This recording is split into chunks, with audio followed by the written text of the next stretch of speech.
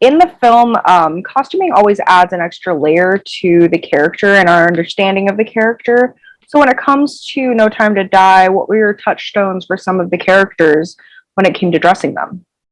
Yeah, it's a really good way of phrasing it because for me, it always starts with character. And my kind of philosophy in designing is I'm less of a designer who signs my name across something and more of one who almost wants it to be invisible. So it feels like a um, extension of the character's behavior.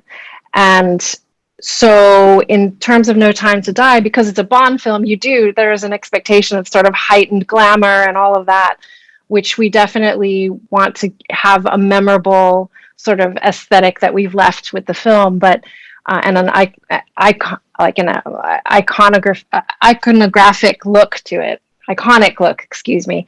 Mm-hmm. So how to then balance that with having the costumes feel like more of character behavior. It was actually really straightforward for me. It always starts with, okay, what does the script, what's on the page that reveals to me something about this character? What's the mission if they're an agent, or if there's someone at MI6, or if there's someone that Bond meets in the field, or any of the women in his life? What are their particular circumstances? So I can sort of inform it like just on a pure kind of anthropological level like that. And then comes the sort of visual research and all of that, which I then, I get a sort of aura of a character that feels really right to me based on the script, based on discussions with our director, and then with the actors going through all that process. And so, yeah, it's a very organic process. And I definitely feel like everybody has to feel very specific and not just a fashion plate. Like, I hope that what we achieved in No Time to Die, like even looking at Bond's character, is everything he's wearing is specific to what the scene is. It helps the scene make sense. You understand where he is in his life, what his psychological state is. And you also put him as well as the audience on a journey with him back to being the Bond, the iconic 007 in the wonderfully tailored suit, with all the swagger. But you have to start somewhere to get there. So similarly with the other characters, I look at their individual journeys through the film and start out with what it is they need for their scenes.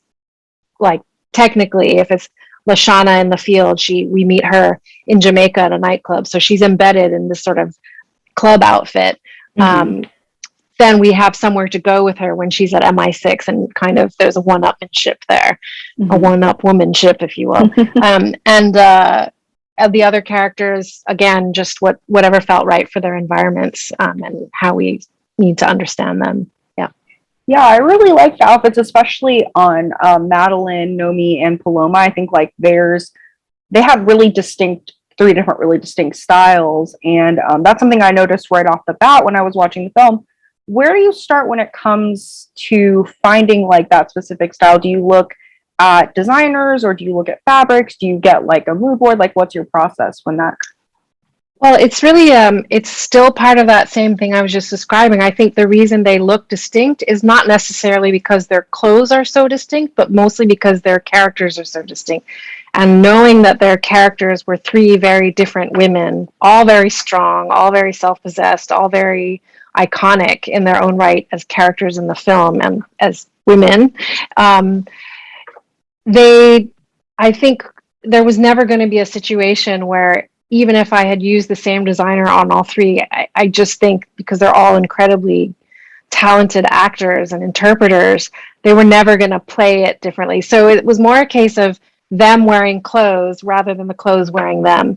So in terms of how once I get past the character conversations and the kind of mood and the feel of what I think might be right for each of them, it's not necessarily that I think of designers that are right. It's more that I think of what are the pieces. It's almost like, what do you think of when you need to, you have an interview coming up. How are you going to dress yourself? So I really try to get into that mindset.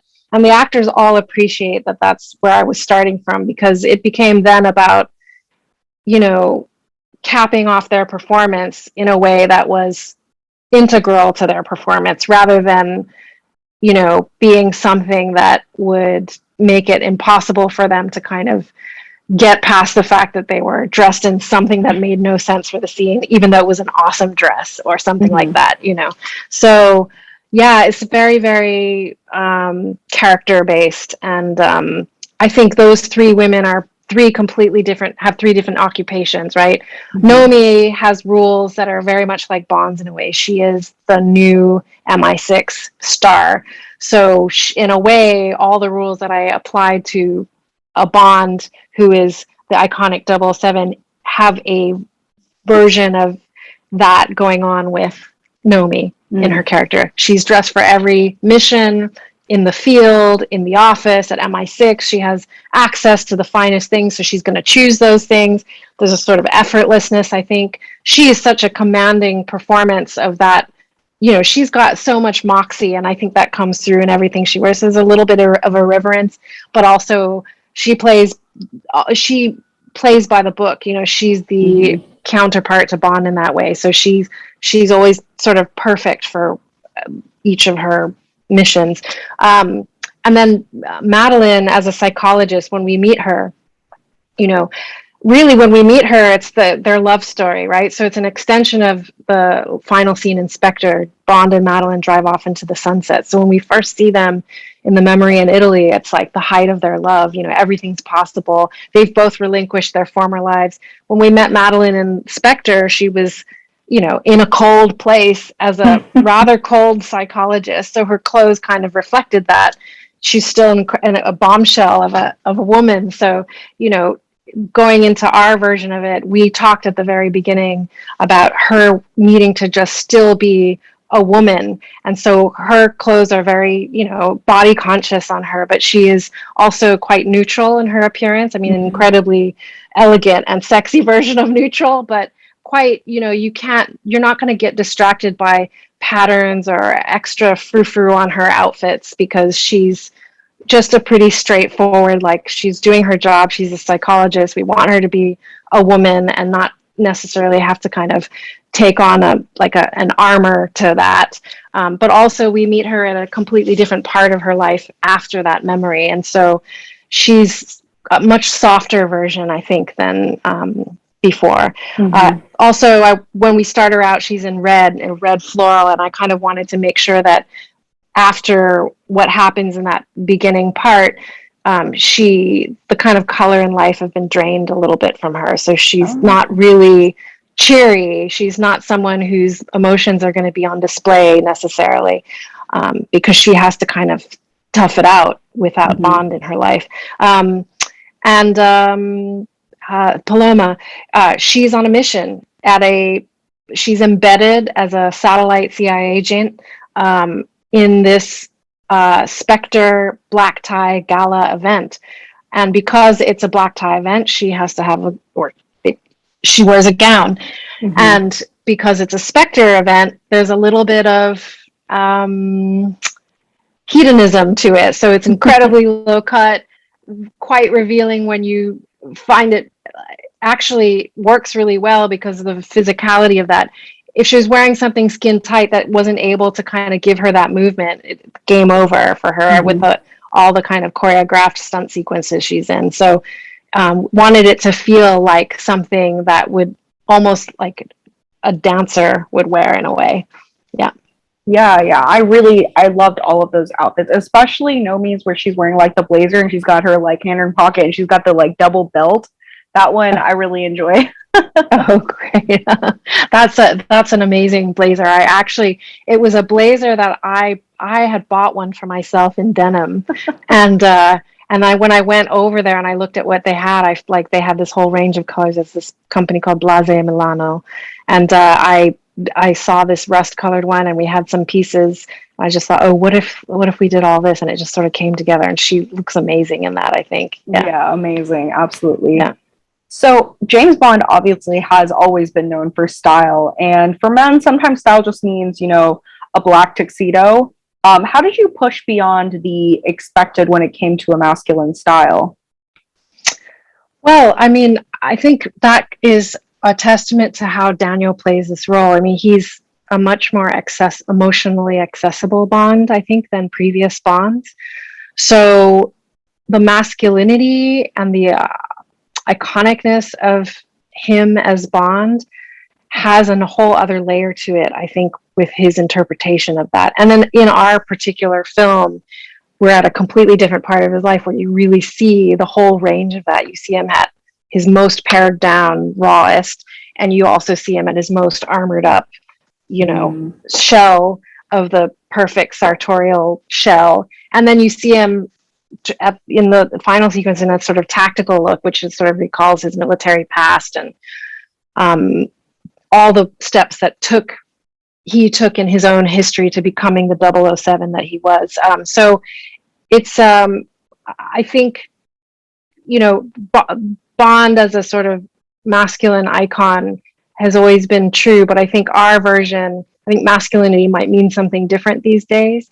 And the fact that Bond is so, I think, exposed emotionally in ours, gives you a window into the various shells he has to put on to kind of gain access to whatever the scene requires. If he has to show up at MI6, right, he's going to be in his iconic Bond suit. If he's, in Jamaica relaxing, he still looks like a hunk of a man in a t-shirt and little shorts while he was just fishing. It's like there's never anything, and everything is a sort of instinctual decision for him. And I think he's not a fussy dresser at all. Like, you don't imagine him kind of torturing over one item or another. Like, oh, is it going to be these shoes today? Or is it going to be this tie or this belt? You just feel like everything Bond does is like an instinct. It was already an answer before the question was asked. And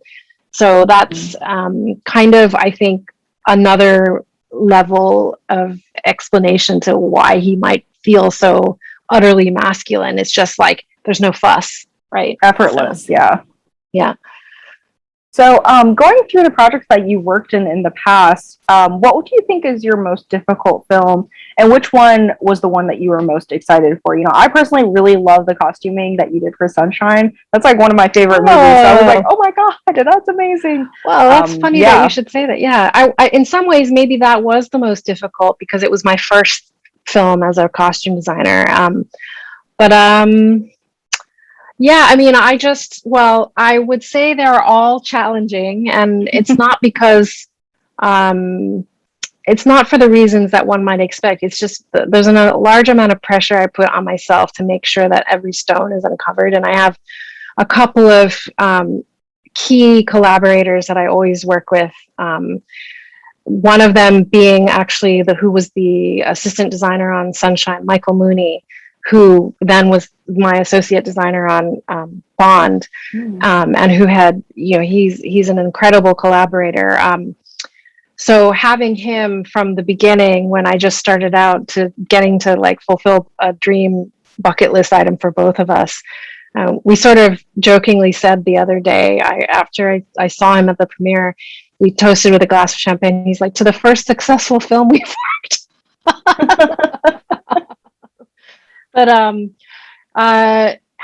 Sunshine was a particular challenge. The spacesuits are always challenging. I mean, I remember that the director wanted it to feel cumbersome and awkward and like a wearable vehicle, and so we made it in that exact way, and it was all those things, and therefore hard to make. My favorite thing, I mean, the Bond film, definitely, in terms of the kind of atmosphere and the support you get from Barbara Broccoli and everything that you have accessible to you when you don't really have that same kind of access when you're not doing a Bond film. All you have to do is mention that you're working on a Bond film, and people just want you to wear their clothes, and so that's kind of amazing. But I think, I mean, I did come from theater where I did train to be a a set and a costume designer. So one of my favorite experiences was 127 hours because I did get to kind of design the world, Mm-hmm. you know, both the production design and the costume design and how those things fit together. It's very much how my brain works. So that ranks among my favorite things. But really, everything is challenging, and I think the research that goes into each thing makes everything kind of like a little. I loved being a student when I was a student, so every time there's a new thing, a new world, a new time period, a new scenario to research, I just kind of dig in with my trusty right hands in New York, in the UK, wherever I'm working. So it's, yeah, they're all kind of equally challenging and fulfilling. Yeah. Mm-hmm. Well, I really want to thank you for talking with me. I absolutely love the looks in this film. Like, that was definitely something that really stood out to me, and I think it was subtle without being over the top, and also over the top at the moments that you want it to be. Oh, that's So, great. Thank you. That yeah. was the goal. Also, I'm really excited for Obi-Wan, so I'm glad that you're also working on that project. Yes. Just finished that like 2 weeks ago. Yeah. Oh, okay. 2 or 3 weeks ago. Yeah. Good to know. Good to know. Thank you so much for speaking with me and taking the time. Yeah, no problem.